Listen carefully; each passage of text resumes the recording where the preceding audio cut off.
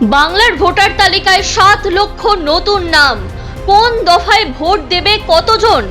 আপনার এলাকায় কি হতে চলেছে? ভোটের বাকি আর মাত্র 24 ঘন্টা। কোনো ধরনের প্রভাব খাটানো বা অশান্তির ঘটনা বন্ধ করতে একগুচ্ছ পদক্ষেপ কমিশনের।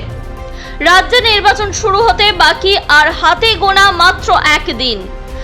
প্রথম দফার ভোট অনুষ্ঠিত হবে 23 এপ্রিল অর্থাৎ আগামীকাল। দ্বিতীয় দফার ভোট হবে 29 এপ্রিল। ভোট শুরুর ঠিক আগের দিন গুরুত্বপূর্ণ ঘোষণা করল নির্বাচন কমিশন। পশ্চিমবঙ্গের ভোটার তালিকায় প্রায় 7 লক্ষ নতুন ভোটার যুক্ত হয়েছে বলে জানিয়েছে কমিশন।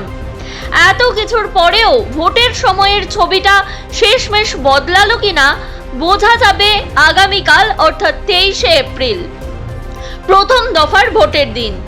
ভোট দিতে যাওয়ার আগে অবশ্যই জেনে নিন সঠিক নিয়ম।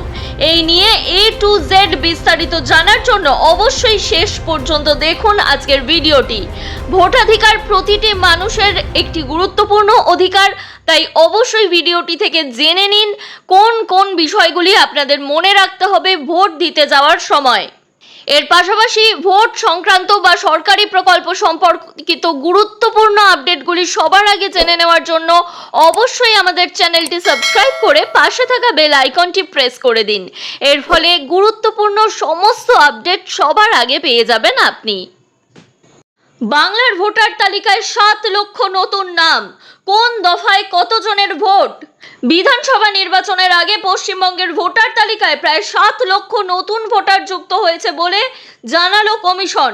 যদিও নতুন ভোটারদের বয়স বা লিঙ্গ ভিত্তিক কোনো বিস্তারিত তথ্য এখনো প্রকাশ করা হয়নি। কমিশন সূত্রে জানা গিয়েছে, এই নতুন ভোটারদের মধ্যে প্রায় 3.22 লক্ষ জন প্রথম দফার ভোটে অংশ নেবেন। বাকি 3.88 লক্ষ ভোটার দ্বিতীয় দফায় তাদের ভোটাধিকার প্রয়োগ করবেন। তবে এই নতুন ভোটারদের মধ্যে কতজন প্রথমবারের ভোটার অর্থাৎ সদ্য 18 বছরে পা দিয়েছেন সেই বিষয়ে কোনো তথ্য দেয়নি কমিশন। একইভাবে লিঙ্গভিত্তিক বিশদ পরিসংখ্যানও প্রকাশ করা হয়নি। এছাড়াও ভোটার তালিকায় নাম অন্তর্ভুক্তির জন্য কতগুলি ফর্ম 6 আবেদন জমা পড়েছে, তার মধ্যে কতগুলি বাতিল হয়েছে সে সম্পর্কেও কোনো তথ্য জানানো হয়নি। এক শীর্ষ নির্বাচন কমিশন আধিকারিক বলেন, নিয়ম মেনে সামগ্রিক তথ্য প্রকাশ করা হয়েছে। বিস্তারিত তথ্য আলাদাভাবে সংরক্ষিত রয়েছে, প্রয়োজনে পরে তা জানানো হতে পারে। নির্বাচন কমিশনের তরফে জানানো হয়েছে, নতুন নাম যুক্ত করার পর রাজ্যে মোট ভোটারের সংখ্যা দাঁড়িয়েছে 6,82,51,008 জনে। ট্রাইব্যুনালের নির্দেশে নতুন নাম যুক্ত হলে এই সংখ্যা আরও বাড়তে পারে বলেও জানানো হয়েছে। কারণ সুপ্রিম কোর্ট জানিয়েছে, প্রথম দফায় 152টি কেন্দ্রে ভোট। সেখানকার যেই সকল বিবেচনাধীন ভোটারের নাম ট্রাইব্যুনাল 21 এপ্রিল পর্যন্ত নিষ্পত্তি করে দেবে তারা ভোট দিতে পারবেন। দ্বিতীয় দফার ক্ষেত্রে এই সময়সীমা রাখা হয়েছে 27 এপ্রিল পর্যন্ত। এই সময়ের মধ্যে ট্রাইব্যুনাল ছাড়পত্র দিলে ভোট দেওয়া যাবে। তবে ট্রাইব্যুনালে যে সমস্ত বিচারাধীন ভোটারদের নাম বাদ দেওয়া হবে তারা এই বছর ভোট দিতে পারবেন না। ইতিমধ্যেই ট্রাইব্যুনালের পক্ষ থেকে যোগ্য ভোটারদের একটি তালিকা প্রকাশ করার ছাড়পত্র দেওয়া হয়েছে। কমিশনের ওয়েবসাইটে সেই নতুন সংশোধিত তালিকা আপনারা দেখে নিতে পারবেন। ভোটের দিন অশান্তির অভিযোগ পাওয়া মাত্রই হবে দ্রুত পদক্ষেপ। অশান্তি মোকাবিলায় থাকছে কুইক রেসপন্স টিম বা QRT। প্রথম দফার 152টি বিধানসভা কেন্দ্রে ভোটের জন্য মোট 2193টি QRT কাজ করবে। সবচেয়ে বেশি কুইক রেসপন্স টিম থাকবে মুর্শিদাবাদ জেলায়। সংবেদনশীলতার নিরিখে তারপরেই রয়েছে পূর্ব মেদিনীপুর। প্রথম দফার ভোটে এখনো পর্যন্ত প্রায় 7,000 বুথ সেন্সিটিভ বা স্পষ্টকাতর বুথ হিসাবে চিহ্নিত করা হয়েছে। সেন্সিটিভ বুথগুলির আশেপাশে কেউ বাইক নিয়ে আসতে পারবে না। বাইক নিয়ে জমায়েত রুখতে কড়া ব্যবস্থা নেওয়া হবে।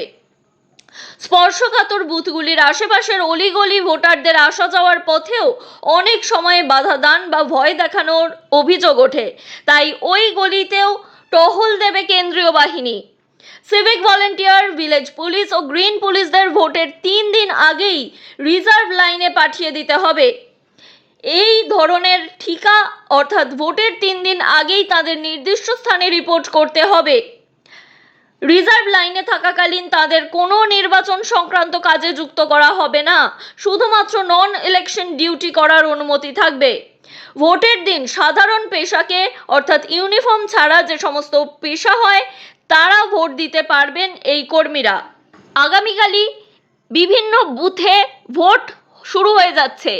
এই সমস্ত বুথগুলিতে কেমন ভোট পড়লো সেই সম্পর্কে সমস্ত তথ্য পাবেন আমাদের চ্যানেল থেকে, তাই অবশ্যই চ্যানেলটি সাবস্ক্রাইব করে রাখুন এবং এই সম্পর্কিত বিভিন্ন তথ্য জানার থাকলে অবশ্যই আজ কমেন্ট করে দিন, তাহলে কাল আপনাদের কোনো রকম সমস্যার সম্মুখীন হতে হবে না।